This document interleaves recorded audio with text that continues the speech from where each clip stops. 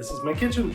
These are the Undercounter lights that I put in myself. They're hardwired, and I replaced the original ones that were, I don't know, 20 years old. And they're really hot, those halogen ones that they just made anything that was sitting up here. You could tell it was getting warm.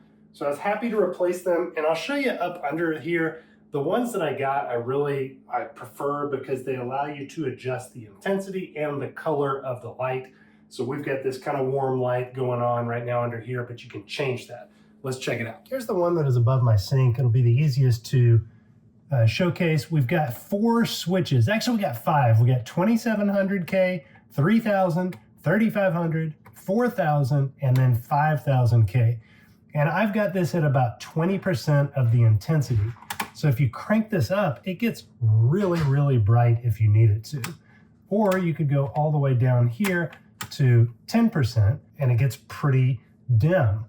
And you can switch this up. Again, we kind of keep ours on this 2700 at 20% intensity.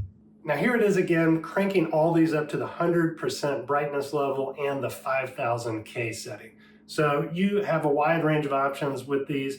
The hardwiring itself was pretty straightforward. The only awkward part was the fact that you're up under here trying to finagle things, and it just gets a little bit awkward holding screwdrivers and power tools under there. But really, you just have to unplug a thing, screw on some wire caps to connect the wires, and you're good to go. The switch works like normal over there by our garage door.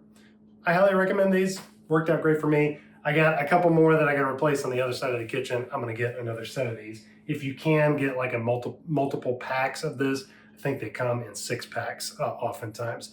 The more the better. You can usually get a better rate when you buy more than one at a time.